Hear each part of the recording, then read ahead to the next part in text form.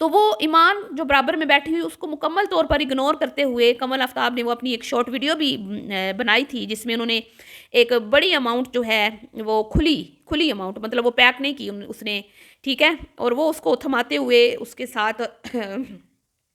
اس کی video viral ہوئی، جو ایمان اس وقت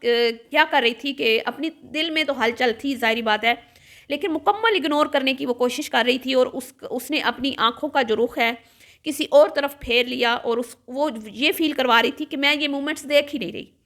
کمل کیا کر رہی ہے میرے شوہر کے ساتھ، میرے شوہر کے سامنے جھک کر اس کو ایک بڑی اماؤنٹ اس کے ہاتھ میں تھما رہی ہے زبردستی، حالانکہ نہ ولیمہ ہے نہ شادی ہے، مہندی کے اوپر پیسے دینے کا تک نہیں بنتا، تو یہ کیا وجہ ہے؟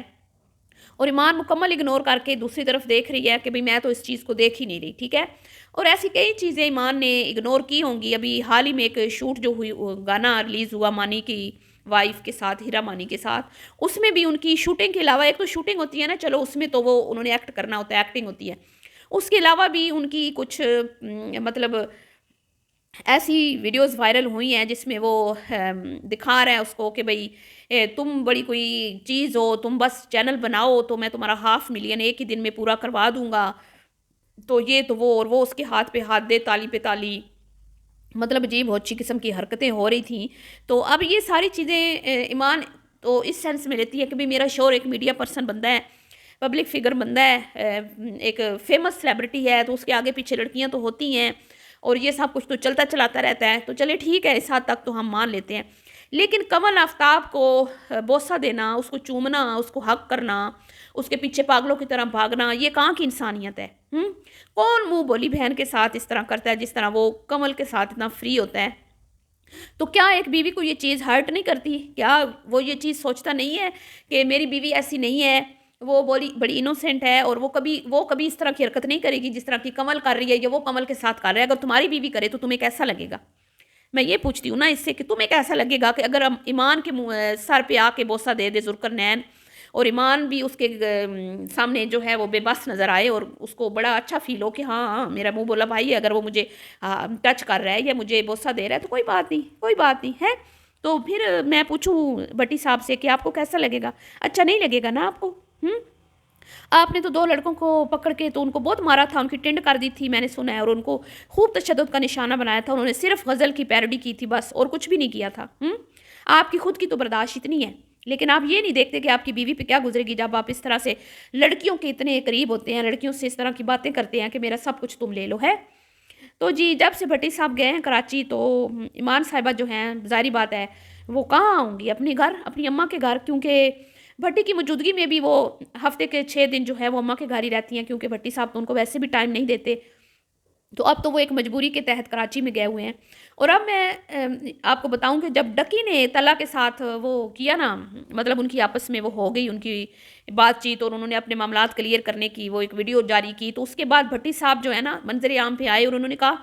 تو تے بھائی مرد بچہ نہیں نکلیا، تو تے بھائی کاکا نکلیا ہے، تو تے گود وچ بیٹھ کے جا کے رو لیا ہے، تم اس کی گود میں جا کے بیٹھ گئے ہو، اور طلحہ کو بھی بڑی سنائی کہ بھی تم تو بدلہ لینے والے تھے، تمہارے باپ کو انہوں نے اٹھایا تھا، تو یہ تو وہ،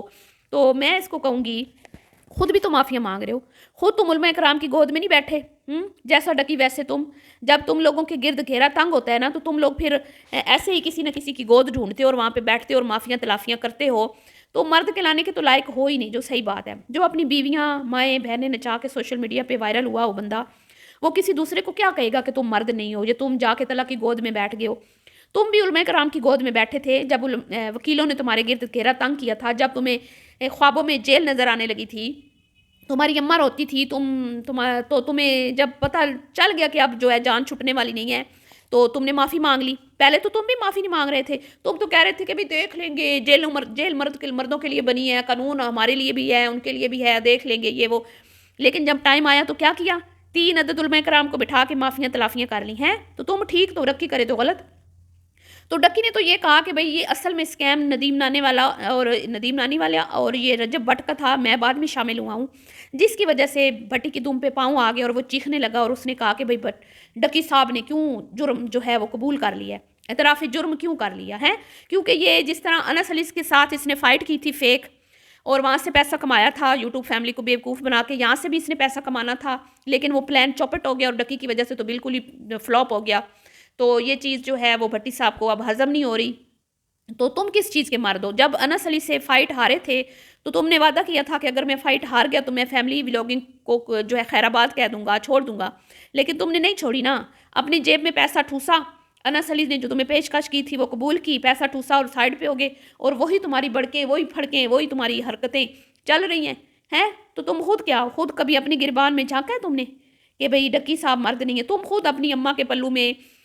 رونے والے روتو بچے اور اپنے دوستوں کی جھرمٹ میں رہنے والے، تم اکیلے کہیں کسی کام کے بھی نہیں ہو، کسی کام کے بھی نہیں۔ تو یہ تھا جی آج کا ریاکشن، ملتی ہوں نیکسٹ ویڈیو میں، اللہ حافظ۔